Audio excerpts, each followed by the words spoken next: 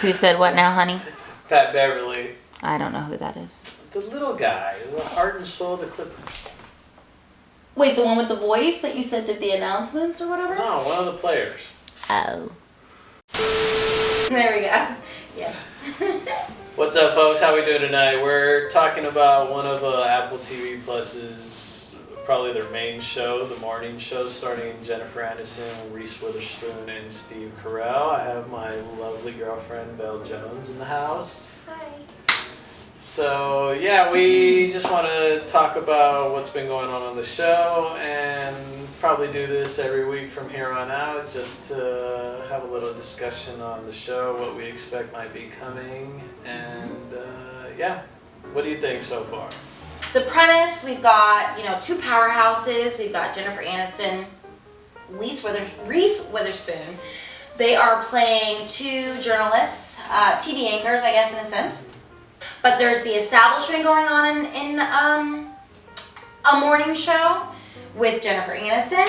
I would say someone that's been in the game for a long time, really kind of knows what the status quo is, owns that, has been doing that, she accepts it as far as we know.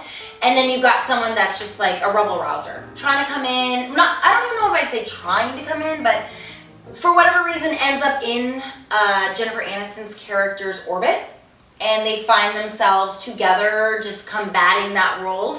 Whereas, Reese's character, very much an outsider on the way in, maybe perhaps isn't thrilled with the status quo, looking to cause a disruption, looking to cause a change. And I guess you can see how those two women and their interactions play out.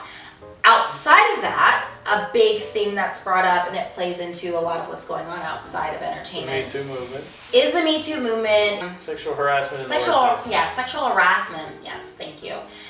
Sexual harassment in the workplace. And also, too, you know what? I say sexuality as well, because what I do think that this show does well, not to jump ahead, is it doesn't paint that type of a situation with just one brush.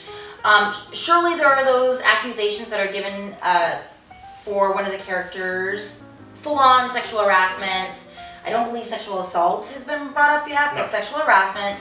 And then there are other characters that have had a relationship with this character, and consensual relationships may not have been appropriate considering the standing of these two characters, but it was very consensual, and so it's like, my whole thing is you got to worry about false equivalencies. What does it mean though when you're in a work environment, you have two people that consent to that behavior and it goes left? I've talked a lot. Sorry. I'll say that Steve Carell is the third headliner in this, and he's been kind of hit or miss in some of the episodes. I think, what was it, episode 3 or 4, where he didn't even make an appearance. Nope. And I even made the comment of like, my God, wasted talent. What, is he coming back? He just sat like in a darkened car and drove off. Correct. So he made his presence felt a little bit more in the last episode when he's now been fired from the show for his misconduct. And yeah, he shows up back in the workplace to try to get support from friends and coworkers, and it doesn't go the way he'd like. Everyone's pretty much silent. Everyone. To the point he even refers to, fuck this non-spoiler shit. So yeah, Steve Carell's character is the one that's accused of that sexual misconduct. He comes back to the studio, I guess to rally the troops. I mean, I don't really even know how he thought that would be fruitful or beneficial. I don't know. He comes back really sad and pathetic and like... Because he's lonely. He has no one. Even his wife left him. But are we supposed to feel sorry for you? No, you have to look at it from both sides. Like, if you were in that position, you're being attacked. I would never be in that position. Just be open-minded. I don't think you would be in that Just be open-minded. You're being attacked by the world regarding whatever the situation may be. Okay. Where now I'm being vague and not talking about sexual misconduct. Just the world's being attacking you. So yeah, you're gonna be lonely and want some support. And where else are you gonna get it from the people you thought were your family, friends. I think that's a fair assessment, but I just don't know how realistic that is for him as that character to think he'd get any support that way. Oh, it's a show. At the Same. point where security would have never let him get He to did that say point. that. Because it's like, He let's did be say real, that. come on now. So yeah, he's begging for help. Clearly it's silence, crickets. It's really depressing. No one cares. He even points to Alex, which Alex is Jennifer Aniston's character, walks away. Yeah, she wants nothing to do with it. Rightfully so. Right. So And also for people who don't know or have been following, they had a little bit of, I don't know if it was a relationship or a one-time deal, but they have a past. they were able to do their job well enough that they're the #1 morning show in all of Right. daytime. And it seemed to be a pretty good relationship, right? Yeah, so much so that at the end, Working relationship. at the end of episode 5, she's going through a lot of stress and whatnot, that she basically tells her husband that she needs to go see Mitch.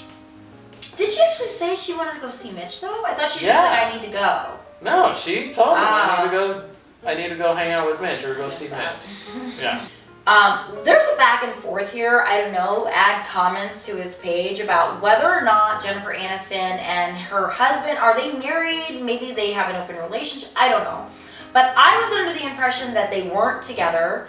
The way that it was presented to me in the first few episodes was like they kind of had like a very cordial relationship, but they were not intimate. They were not married even. I thought maybe they were just kind of cordial and respectful for each other because of their kid, because of that girl.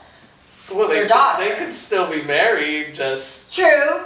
But I didn't look at it like, so even when you earlier were like, oh yeah, and she told her husband that she's about to, and I'm just like, wait. Yeah, what you're husband would in ever a tolerate stressful that? situation. Well, not He husband. should be the go-to. Sorry, fuck all that. What Partner. partner that's in a committed monogamous relationship, I think, would tolerate that. So I was taken aback by that. I was like, is that really what's going on?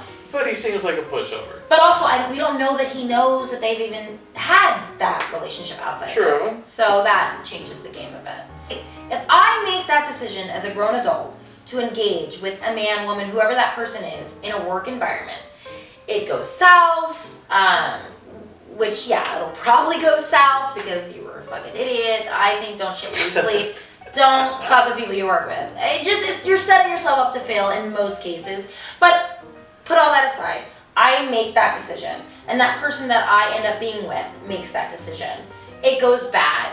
Is it cool that I'm able to kind of jump on a bandwagon and say, by the way, I'm sexually harassed? I don't think so. I don't think so either. Yeah, you didn't think it was sexual misconduct while it was happening. Not at all. Why does it change after the fact? It should. I think it shouldn't. I agree. But I think also too, one thing we need to keep in mind though is like, yes, power, right? It will never be a good idea if you are my boss. We're both attracted, we both agree to that date, we both agree to that, encounter, and thereafter we continue a relationship. For either one of us, especially if you're in a corporate environment, one that's a public company, it just will never, unless you or the other person quits, you get married and live happily ever after, what could be the positive outcome there? Ever. It's like almost you're setting yourself up to fail. I agree. Cheers. Salud. We're emotional beings. It's hard to put aside feelings or ignore them. Like, it takes a very strong person to do that. That you kind of weren't really looking for anything solid for a while. He would Tinder in different states. Oh my god. We don't need my history. Okay. So, yes, you cannot control your emotions, I do agree, but I think as adults, and I like to preface that we're talking about grown adults, we have to be held accountable for our actions. I don't know. That's where I'm very curious if I'm giving my feedback long term with this show, where they're going to go with that, because it's clear that they're already kind of mixing. This seems to be very much out of line. clearly sexual misconduct as far as the information that we know. And then there also seems to be another relationship where they both were willing parties. Right, at the end of episode 5, the bombshell was the New York Times, right? New York Times? Mm-hmm. The article came out I wonder how much they paid for that. exposing New York Times Mitch and his escapades. Yeah. So, and this is after Reese's character. What's her name? Bradley. Well, yeah, Bradley. We haven't even really talked about her. Where Bradley did the one-on-one interview with the women accusing. Yes. Marcia Gay Harden's character, I do not know the character's name, but I thought she was fantastic. Just a lot like a silent ninja, just saying a lot with this. Uh-huh. Really great scene with Alex where it's just like, I'm not buying what you're saying, bitch. Like, keep trying. Even though Bradley was kind of prepped, I think, by, what's her boss's name? The black chick? She was prepped that, like, she's gonna go for it, and whatever. The one who also had a relationship with Mitch. The black chick was the one, which I love. I love the interracial. Yeah, listen. He doesn't have a standard, it seems. He just likes women. Go him. I love that we've got a lot of women going on. I love that they're like that chick. Like, we need to kind of know her name in this show. But anyway, she is now Bradley Jackson's producer. Mm-hmm.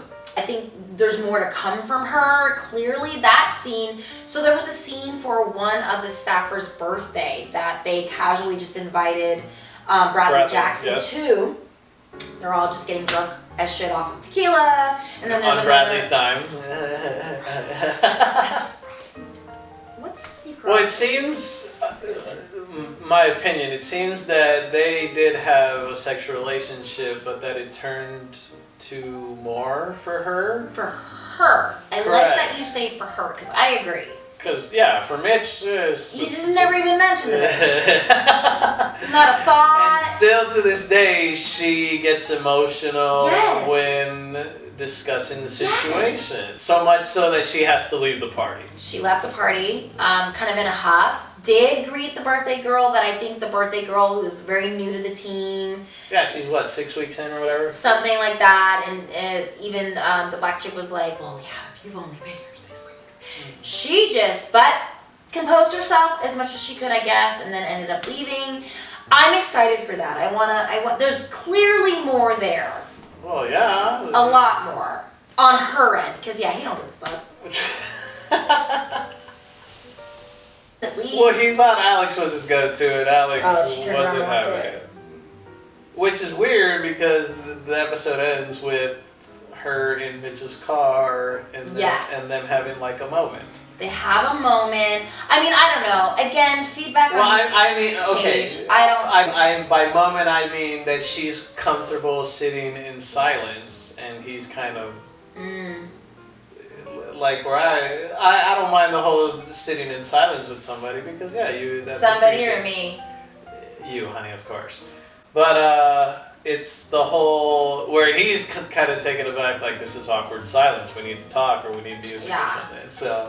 Do I think ever in any world they would have had sex or been involved? No, I just don't. I think it makes sense for the story. That's because you don't think Steve Carell's attractive. No, I wouldn't say that. He's not a bad-looking guy. Okay. We had a really amazing conversation off camera. Sorry. But I'm going to bring it up. At least the point that we were discussing of with Alex, do you think, because she's being accused by Bradley of this, I feel like she has her own internal guilt, do you think that she was fully cognizant and aware of whatever this was that was going on with her co-host, with Steve Carell's character? Do you think she was aware and just didn't do anything?